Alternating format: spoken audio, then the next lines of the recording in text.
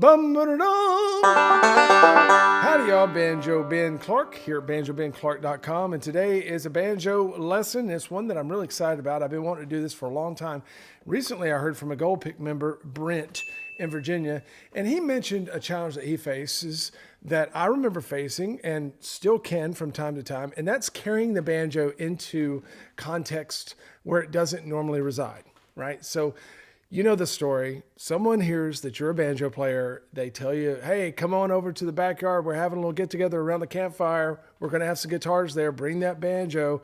And you get over there and there's no bluegrass to be found. All right. It's only 70s folk songs, 80s long hair metal rock. And you're like, what am I supposed to do with this banjo in those contexts? Or maybe you play banjo like in a worship setting in church. And these typical beats that you play along with, these grooves that you're going to play along with, are not bluegrass grooves. What are you going to do? Well, actually, I had to make my living doing that very thing for several years in Nashville whenever I played banjo for people like Josh Grayson, Craig Morgan, Taylor Swift for several years. You should have said no, you should have run.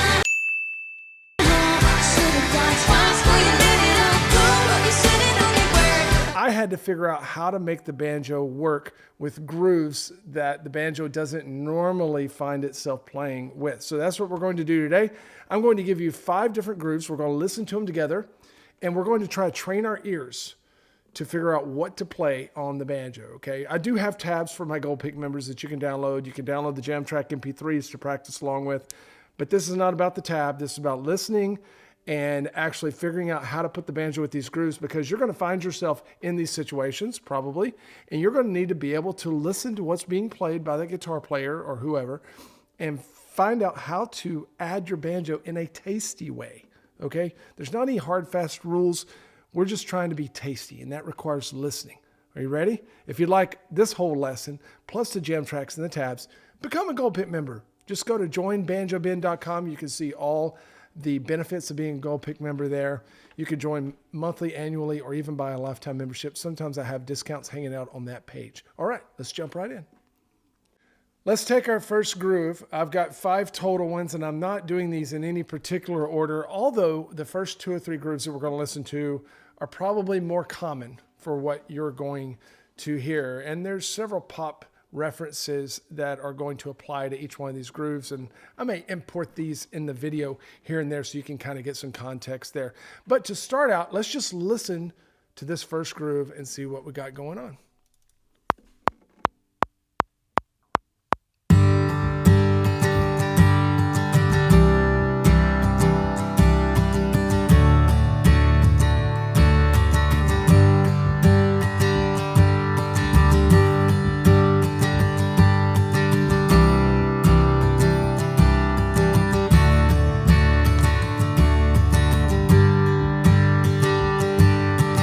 Okay, and the JamTrack that you'll download goes on for a couple more progressions there. You've probably heard something similar to that. Whenever I hear that groove, I naturally think of REO Speedwagon, Take It on the Run. Heard it from a friend who heard it from a friend who heard it from another. You've been messing around.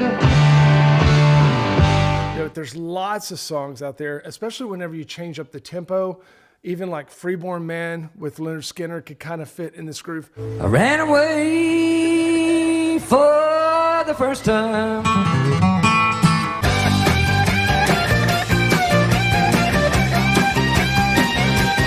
Lots of different ones. Okay, so this is a common groove that we're going to find ourselves putting the banjo to.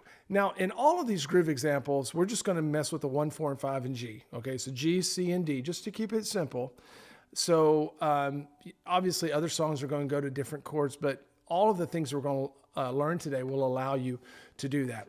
The first thing that I like to do when trying to put banjo with a groove like this is to, like I said, just listen, which we did. But this time I want to listen again, and I don't want to play anything yet. What I'm going to do is just try to tap along on my banjo head to the rhythm that I think the banjo should play. Now, what am I listening for? I'm primarily listening for when the guitar is strumming the strings, okay? Because in general, and I'm going to say that a lot of times, in general, because these aren't hard, fast rules. We want to add notes whenever the other instruments are playing. And when there are rests in the groove, when there's little silent parts in the groove, breaks in the groove, we don't necessarily want to fill those up, okay? Because more than likely the drums, the bass, and the guitar are going to be playing the same groove together. So if you come in with some kind of groove where you're playing every single eighth note of the measure, it's not going to groove along with the song. So in none of these examples are we going to play full-on 8-note measures. Okay, this isn't bluegrass, and even in bluegrass that can get old. So I'm going to listen for that guitar. I'm also listening for the bass, because the bass can also often give us clues as to where the accents in that groove are.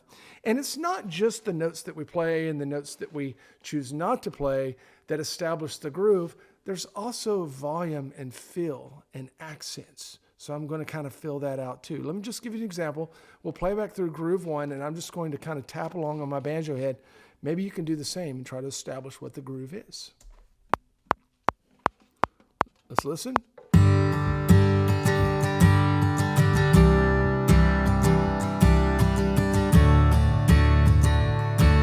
All right, let's try.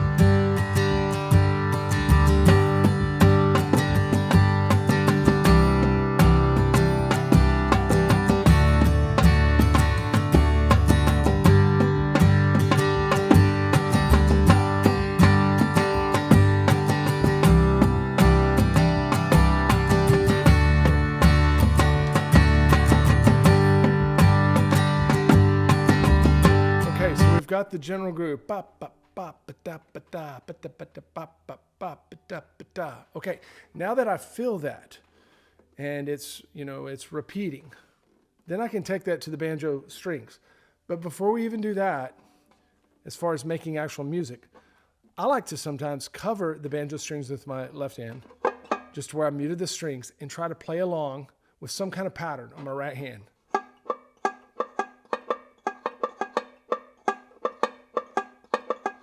Now, what notes am I playing? Right now, if you've never done this before especially, it doesn't matter. We're trying to just make notes whenever the groove is happening. Let's see if we can do that, not playing any notes, just muffling them. I don't care what fingers you play with your pick hand.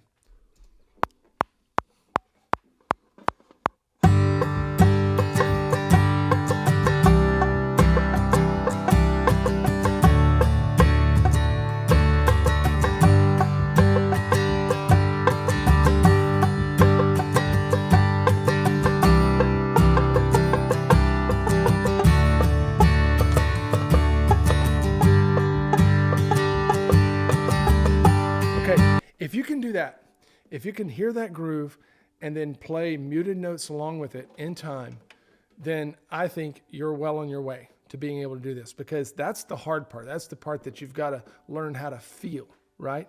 And now all that we've got to do is just add some actual notes. Now, there are some general rules that I want to follow when it comes to adding these notes.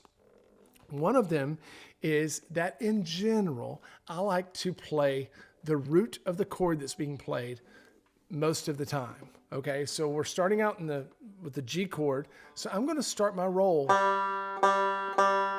with the G note, whether that's the G note here or up here. Probably going to be this one on the 3rd string, right? And that's probably going to be the note that's going to happen most of the time. Okay, when we go to the C chord next, I'm probably going to jump up and grab that C note. Now here's the cool thing about the banjo, is that we don't have to play the full C chord.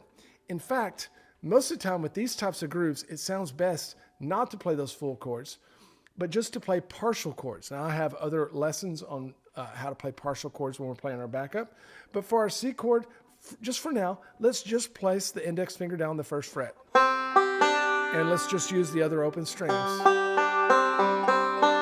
That gives it that C flavor. And then for D, I'm not gonna make the D chord. In general, we don't want to play that big F sharp note on grooves like this. Okay, so primarily what I'm going to be doing is either a 1-note D chord, which is that 2nd fret of the 3rd string, and I'll stay away from the 2nd string sometimes, or I'll play a 2-note D chord, which is that 2nd fret and then the 3rd fret on the 3rd string. And if you'll notice, all of those notes are either the D or the A, the 1 or the 5. Just if nothing else, just think about it this way. They're very safe notes to play. And whenever we're in these kinds of grooves, we're wanting to pick our safest notes that are the most, that will blend in the most and not have the most color to them. In a bad way is the way that I mean that. Okay, so let me just give you an example of something that I might play, and then we'll pull up the tab and kind of look at what that might be.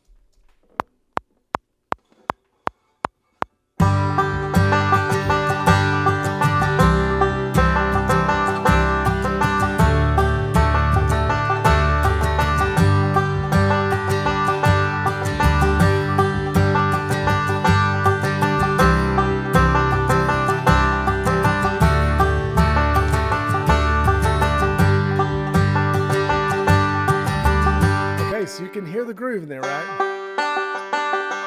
And there are no wrong notes to really hit. In fact, if you could just get that pattern down.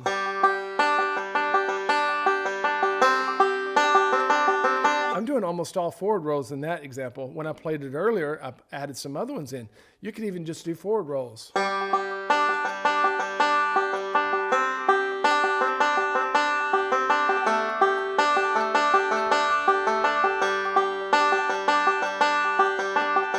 Pretty cool. Now let me just demonstrate for you the difference between playing like a bluegrass 8-note roll versus doing something like this groove, just so you can hear how one fits better than the other. Okay, so the first time through, I'll play like a standard bluegrass groove and then I'll switch over. Sometimes it sounds cool to play that bluegrass groove, but most of the time in these kind of contexts, it does not.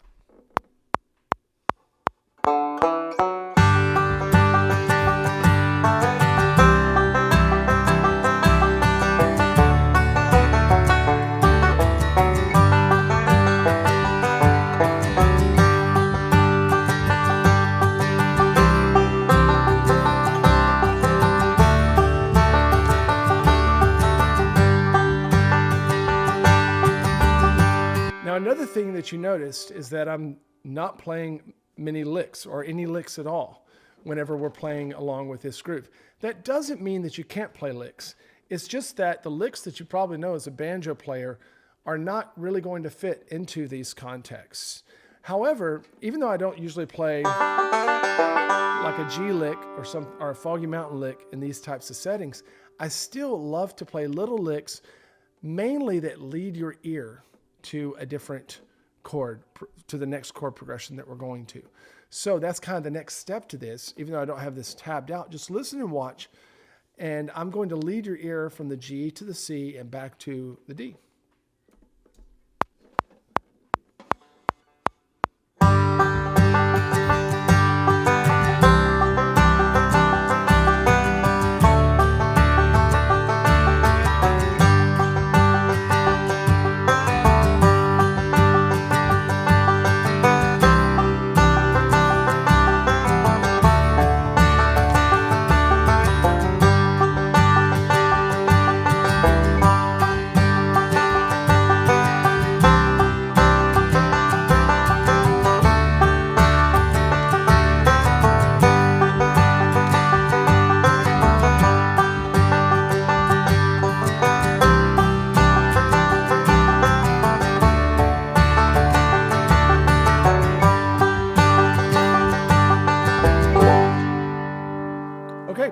So now you see the way that these grooves can work with that kind of groove and how you can begin to hear them just by tapping, then move to muted strings, then begin to add these rolls that are very simple, that don't use the full chords, that just grabbing kind of the key notes in the roots of those chords, and then learning how to walk back and forth between the chords. Okay, let's try some more grooves. Now that we know the steps, they'll go a little quicker as we listen to them.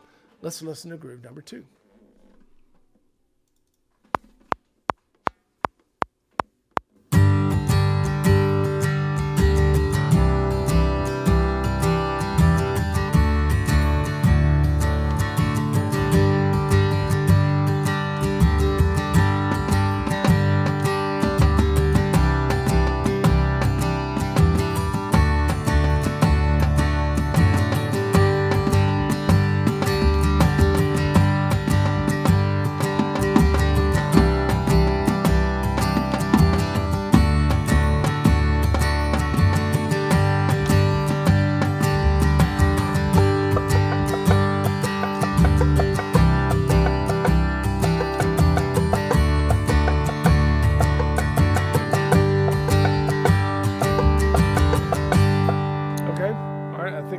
got the feel for it.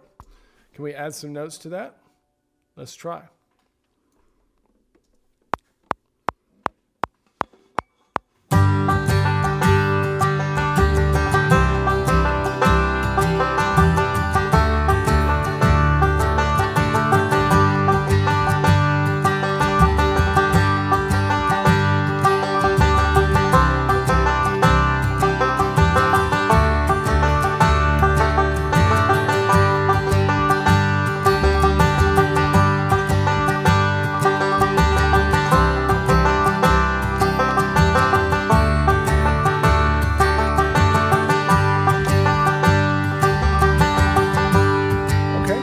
So I've got a couple different options for you on the tab, but one thing that sets this one apart that's difficult for banjo players is to, on the second measure of the groove, not playing something on the downbeat of 1, because we're so used to doing that, okay?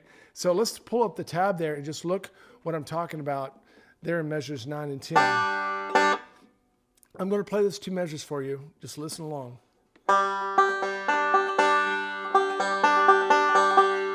Okay, so we've got the notes tying over from the end of measure 9 into the start of measure 10, so you don't play anything on the downbeat of 10. 1, 2, 3, 4, 1 and 2 and 3 and 4 and.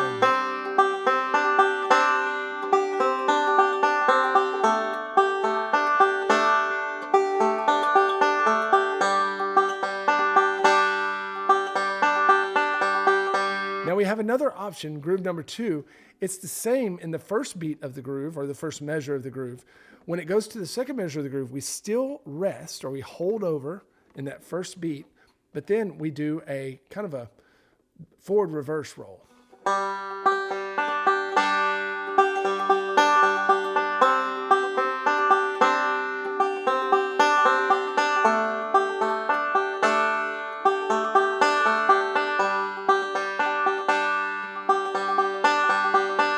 The big difference that we're going to see there is where that first string lands in the measure, okay? Because that first string, there's something about that and the way that it's played with that middle finger that brings attention to it. And I personally like the way that it sounds when it's on the back beat, just like we have in option 2.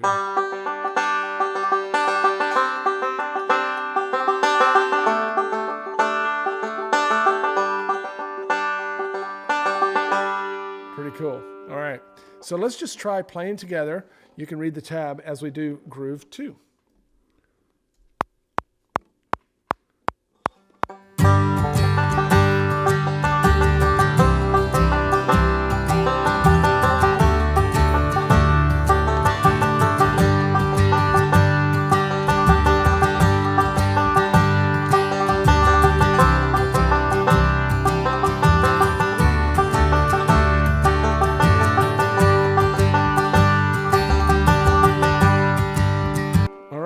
So that one is probably the most syncopated one that we're going to face, and maybe the most difficult.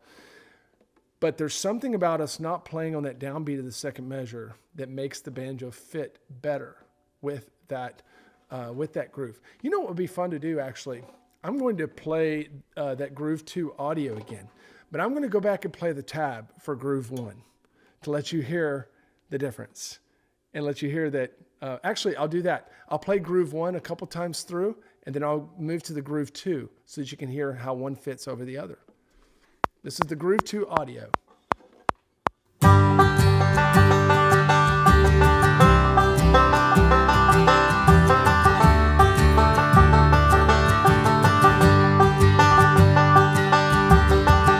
groove 1.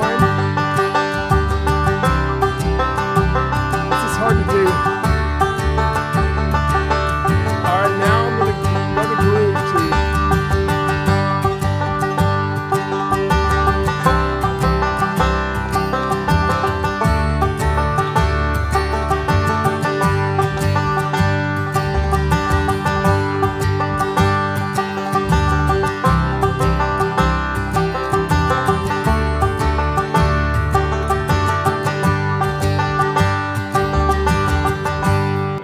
Actually quite difficult to play groove 1 tab over the groove 2 audio. because they're not grooving together. And that should tell us a lot, you know, that one of the grooves just so much naturally more fits over the groove that it's hard to play anything else. Okay, very good. Let's move on to groove number 3. Let's listen.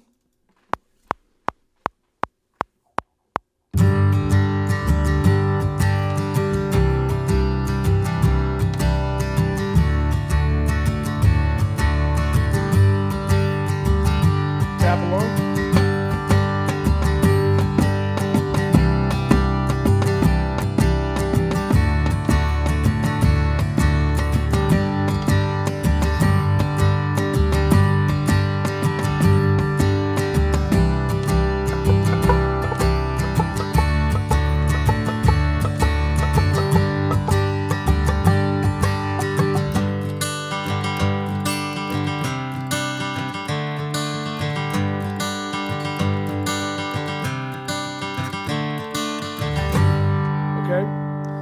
Got a handle on this one. It's a little more repetitive, meaning it's more of a one measure groove that we're just playing 2 times in a row. So let's try that.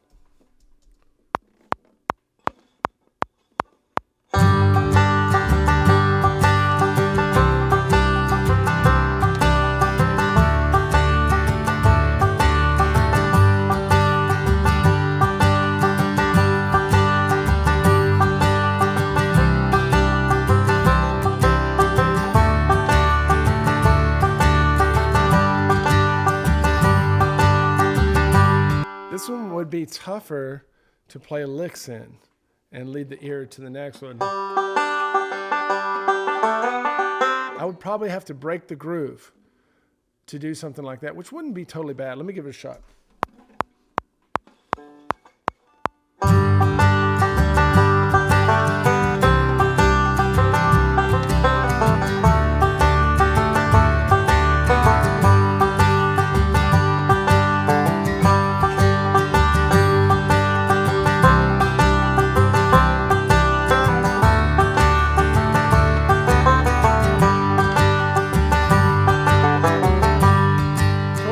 Totally fine.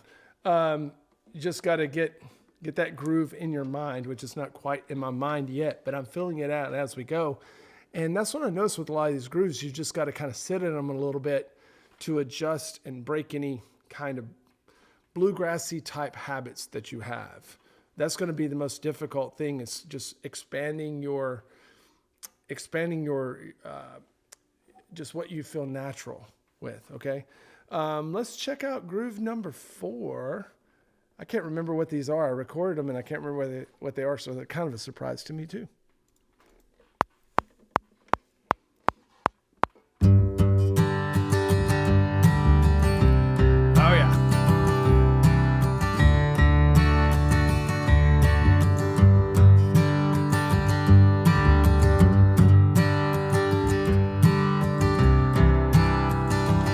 Sweet Home Alabama, kind of. Tap along.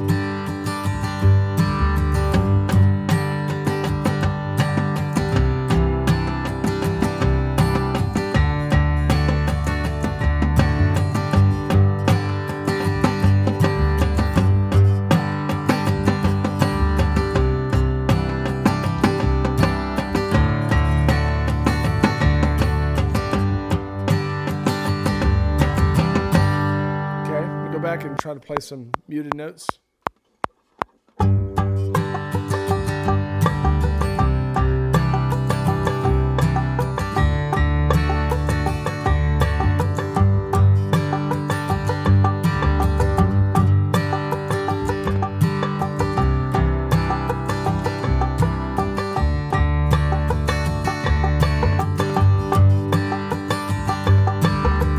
Lots of possibilities with this. I'll play for you what I have in the tab, but then there's lots of possibilities that I'm hearing and feeling.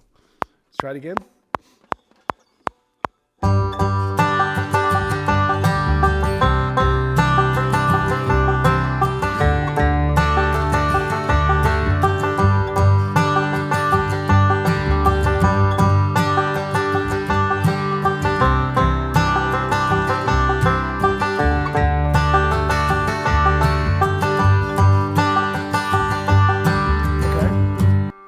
else am I hearing there?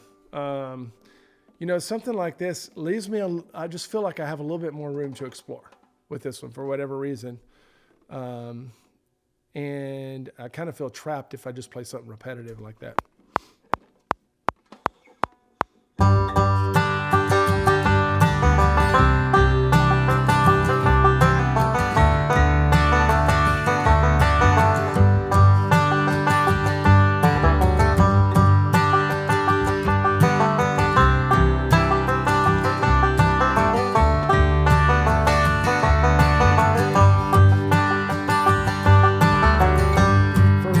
I'm feeling more freedom to do a bit more licks and to add more notes to the chords to that one, which is really interesting that I'm feeling that all of a sudden. But I think that's what's important, is saying I feel it, like I want to play something like that.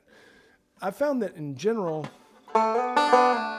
slides, definitely pull-offs, like a bluegrass pull-off, doesn't fit well with these. But if you are going to do slides, they need to be probably not, I don't know about 16th note slides. They just don't need to be bluegrassy slides. Let me try to demonstrate for you what it might sound like.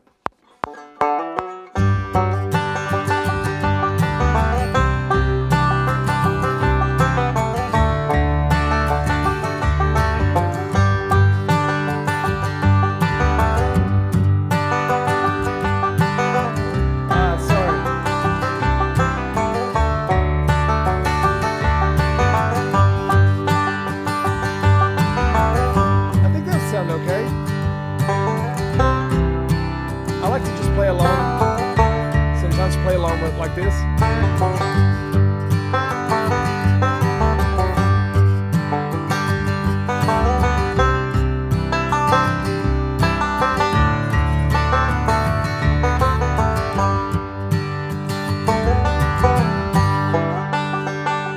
Oh, it just went through 4 times. Okay, but it's fun just to repeat those and just begin to explore. Sometimes I think it's best to explore by playing less notes than more. Just kind of how I was doing there toward the end, where I just let it breathe and just picking out notes. It's almost like I'm improvising over the rhythm, you know, using rhythm to improvise. And I haven't done this in a long time. This is really fun. It's a lot of great practice, that's for sure.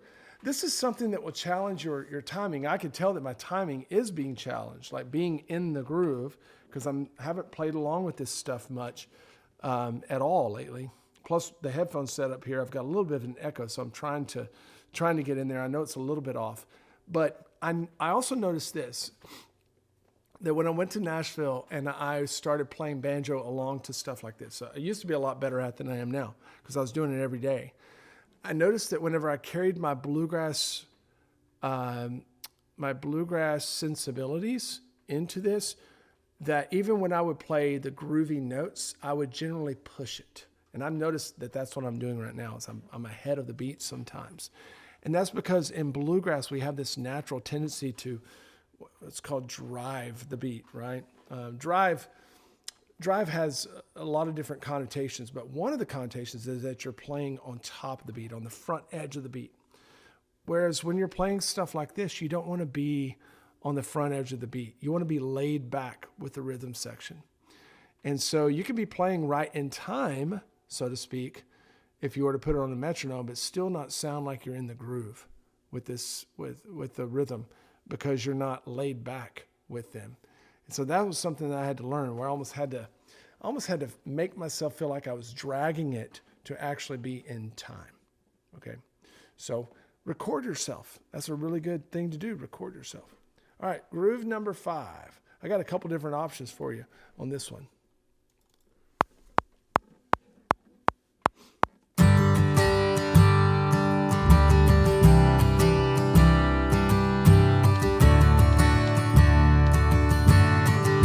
Tap along.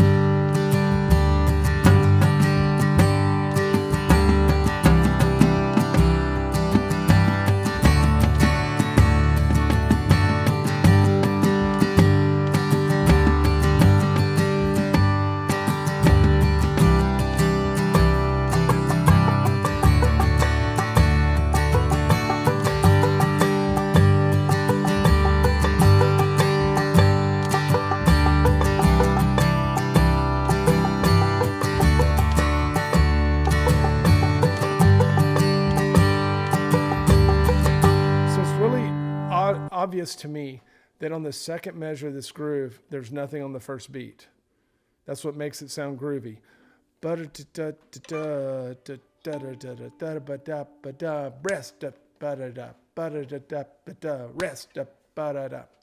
it's important that we don't play something there. Okay, so let me give you an option for that. Here's option number 1.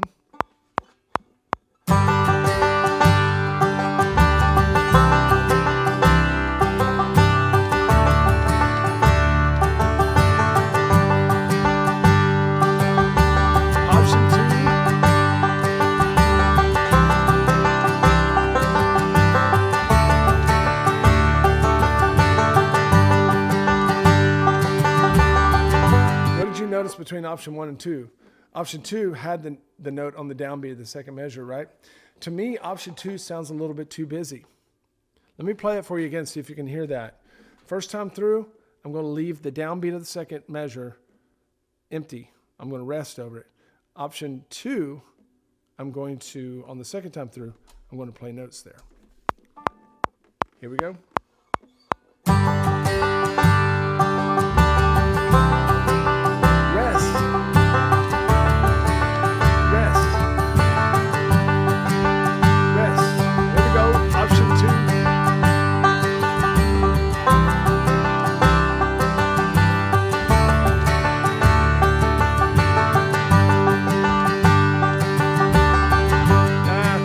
Doesn't sound horrible to play that option 2. That's why I tabbed it out like that. But to me, I like that being able to lay off that first beat of the second measure. It just makes the banjo sound like it's playing more in with the band than not. But you know, you don't have to do it the same way the whole time through. You can alternate back and forth between something like that. So if I wanted to play that one, it's kind of a complicated groove. If I wanted to play that one and add some licks in, what would it sound like?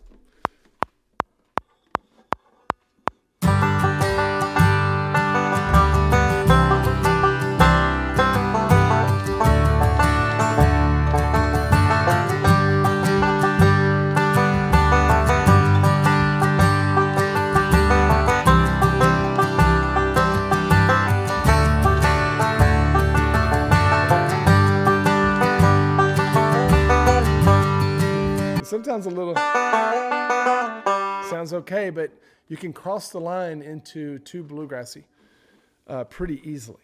Okay, I hope that you enjoyed that lesson. That's different, isn't it? Kind of fun. So as you go into these different contexts, it's not that you listen to a groove and you're like, oh, I think that's rhythm groove number 3 from Ben's lesson. Now, what was the tab on that? No, don't do that. Just start by listening. Figure out what that groove is on the head of your banjo or on your legs. And then just slowly begin. You know, whenever you go to pick those strings, sometimes for me it's easier just to do thumb and middle finger back and forth. Just to get the rhythm down.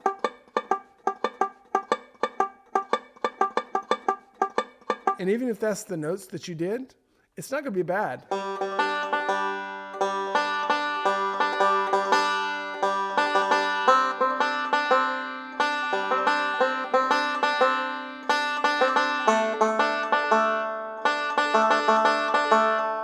You know, it's funny, I've recorded some stuff in Nashville studios, pop country type stuff, that's really not any different than that right there. They just want the banjo sound and they want to be out of the way. And those are the types of things that you play in the studio. So, all right. If you want to download those JamTracks and the tabs, then you just need to be a Gold Peak member over at banjobenclark.com. Join banjoben.com. You can have access to over 800 lessons now for banjo, mandolin, guitar. I'd be honored to have you on board. Adios.